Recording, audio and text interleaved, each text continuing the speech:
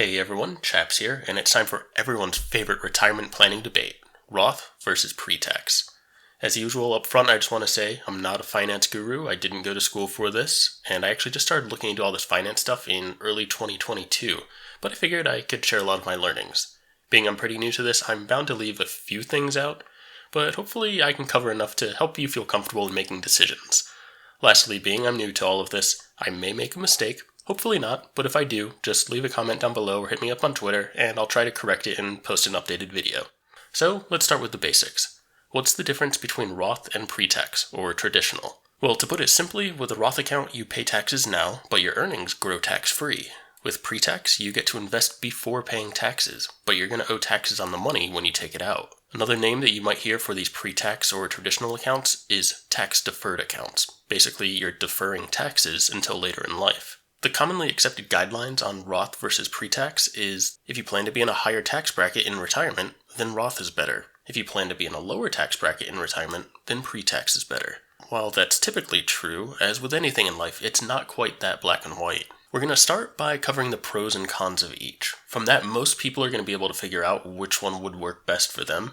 But if you're sort of in that middle gray area and you can't quite figure it out, I'm going to have a supplemental video as well as a spreadsheet link down below. It's going to go into a lot more detail on the math and help calculate which one is really better for you. Once we get through all of that, I'm going to talk about some of the limitations that might restrict you from contributing to one account or the other.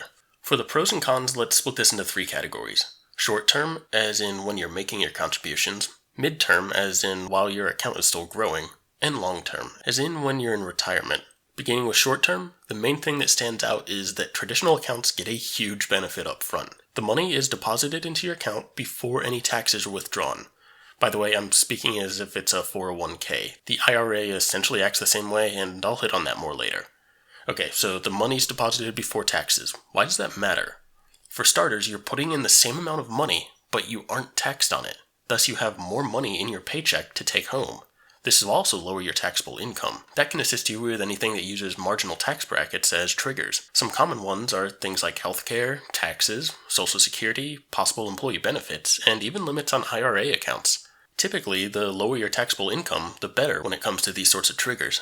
That's really it. For short term, there's essentially no benefit of choosing Roth over traditional or pre-tax. That doesn't mean there's no benefit in the long run, though. Let's move forward and look at the time period between now and retirement.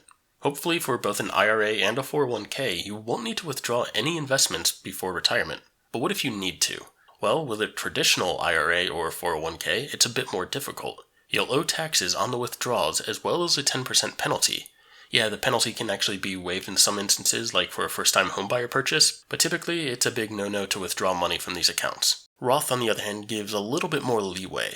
With a Roth account, as long as you wait 5 years from your first deposit, you'll only owe taxes and penalties on the earnings. I mean, you already paid taxes before depositing, so you just owe taxes on these earnings now. And this actually can really hurt you. Like, you paid taxes early on when depositing and you missed that benefit up front, and now you're paying these taxes now and not waiting till retirement, so you're missing the benefit way down the line. Even worse is that you're likely in a higher tax bracket now or at the time that you're withdrawing that money, so it probably would have been better to just put it in pre-tax. Again though, this is only on the earnings. Contributions can be withdrawn, tax and penalty free. It's not recommended, but they can be. And just as with the traditional account, it's important to mention that there are a few ways to waive the 10% penalty. It's basically the same types of things as with the traditional account. So where does this get us? Pre-tax is definitely better up front. Roth is slightly better in the middle ground. And as you can probably guess, when you're in retirement, Roth really pays out and is a clear winner. Let's start with the obvious here. With Roth, you paid taxes before investing the money and the earnings grew tax-free. You owe no taxes on this when withdrawing in retirement. Traditional accounts, on the other hand, will owe taxes as if it was regular income, that is, at their marginal tax rate. That's a huge benefit for the Roth accounts in retirement. For others, you're going to be in a much lower tax bracket now, and thus not owe as much taxes as you would have had to pay up front. But there is more to consider here. How about required minimum distributions, or RMDs? Beginning at age 72, any money that's in a tax-deferred account, like your traditional IRA or pre-tax 401k, it's going to start being required to be withdrawn. Essentially, the government specifies a life expectancy, and you need to take out regular distributions so that the account is empty by a given age. Where this really comes to haunt you is if you have a large amount of tax-deferred income. These RMDs can really add up and increase your taxable income. I wouldn't worry too much about the tax that's owed. I mean, yeah, it's something to consider, but it may not be as important as some of the other aspects. Things that people often forget about are the big kickers, like the premiums on healthcare and Social Security. To be fair, though, if those are things that you're worried about, you're probably in a pretty good boat to begin with, and it's not going to make a huge difference. But hey, people like to be as efficient as possible, right? So once we start thinking about these RMDs and the premiums that you might have to pay in retirement, things really start to change. It's no longer just a question of which one's going to cost me more in taxes. It really becomes a balance of either pre-tax won't provide me any benefit, so there's no reason to use it. Pre-tax is better, but RMDs will increase the taxable income, costing us more in retirement. Therefore, Roth would be a better option for you. Or the last one, pre-tax is better by enough that RMDs don't matter. Most people can fall into that first or third category. The second category there is where it takes a little bit more work to figure out. It's tricky, as we don't know what the future holds, and that kind of adds another point to the pros and cons for the long term. Uncertainty. What are tax rates going to be like in the future? What are the laws going to be like? Are they going to change? Is Social Security still going to be here? Who knows? For some, pre-tax may be better, but they actually opt to go with Roth because they have a better peace of mind knowing that there's more certainty about the future. Like with Roth, you pay your taxes up front, and then in the future, you don't need to pay taxes.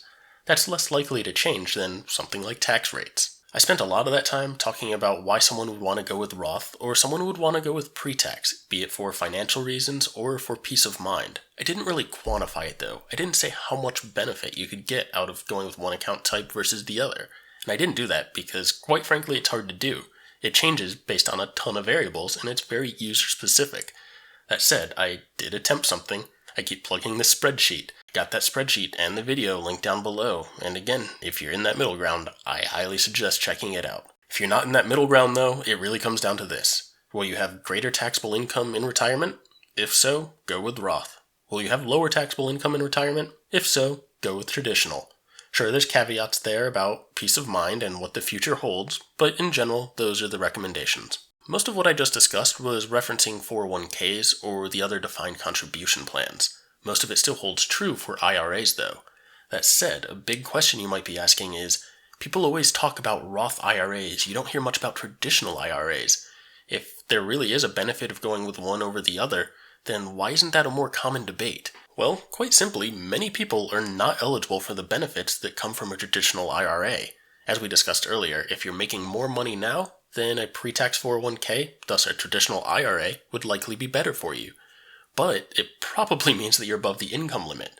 There's an income limit, and if you are above that, you're not eligible for the benefits from a traditional IRA. There's also a decent chance that your employer offers a 401k or one of those retirement plans like a defined contribution plan. If your employer, or your spouse's employer, offers a retirement plan like a 401k, then you're ineligible to take advantage of the traditional IRA's tax deduction. If your employer or your spouse's employer doesn't offer that plan, you might be eligible, but there's income limits in order to qualify. While many Americans do fit this requirement, you also need to plan on retiring in a much lower tax bracket in order to really see the benefits of pre-tax. Yes, there are some who fall in this middle ground and would benefit from it, but for most people, I think Roth is probably going to be better. So a question some people are probably asking right now is, wait, does that mean if I make more than this much, I can't contribute to Roth and I can't contribute to traditional? And the answer is, well, sorta.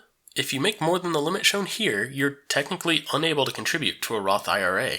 And obviously if you're over that, then you're over the traditional limit and you can't take any credit from a traditional IRA. Luckily, there's the Backdoor Roth IRA. It's a sneaky little workaround. If you're making too much money and you can't contribute to the traditional and get the benefits out of that, and you can't contribute to Roth because you're above the limit, there's a way to contribute to your traditional, not get the benefits, but convert it to a Roth account and still get the benefits out of Roth. If you're in this category, here's another plug. I've got a video coming out about that one, so make sure you check it out. It's actually very beneficial.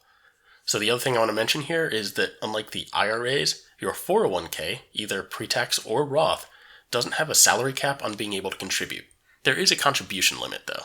So let's summarize. Right now, the traditional accounts provide a benefit due to there being no upfront tax. Both account types have the same contribution limit for your 401k, and both have the same baseline contribution for your IRA. The traditional IRA tends to become limited based on employer benefits, and the Roth IRA tends to become limited based on taxable income. Between now and retirement, these should act essentially the same way. That is, you shouldn't be taking money out of either. That said, if you need to, Roth has the slight advantage that you can withdraw your contributions without penalty. In retirement, Roth withdrawals are tax exempt, while traditional accounts owe taxes. This gives Roth the additional advantage of lowering taxable income in retirement as to not increase your premiums. Unfortunately, this can seem pretty complicated. Luckily, most people fall in one category or the other very clearly. And the good news is that if you don't fall in one and you're in that middle ground, it likely isn't going to make that much difference in the long run, so just pick the one that makes you feel a little bit better. Hopefully this video was able to answer some of your questions. And if you have any other questions, feel free to hit me up on Twitter or leave a comment down below. If you found an error in this video, please let me know. I'm still learning. I want to learn from my mistakes. I will try to correct it and put out an updated video. If you did find this video helpful, a like would be super appreciated, and if you want to check out the other videos on the channel, subscribe so that you don't miss anything. Thanks for watching everyone, and I'll catch you next time.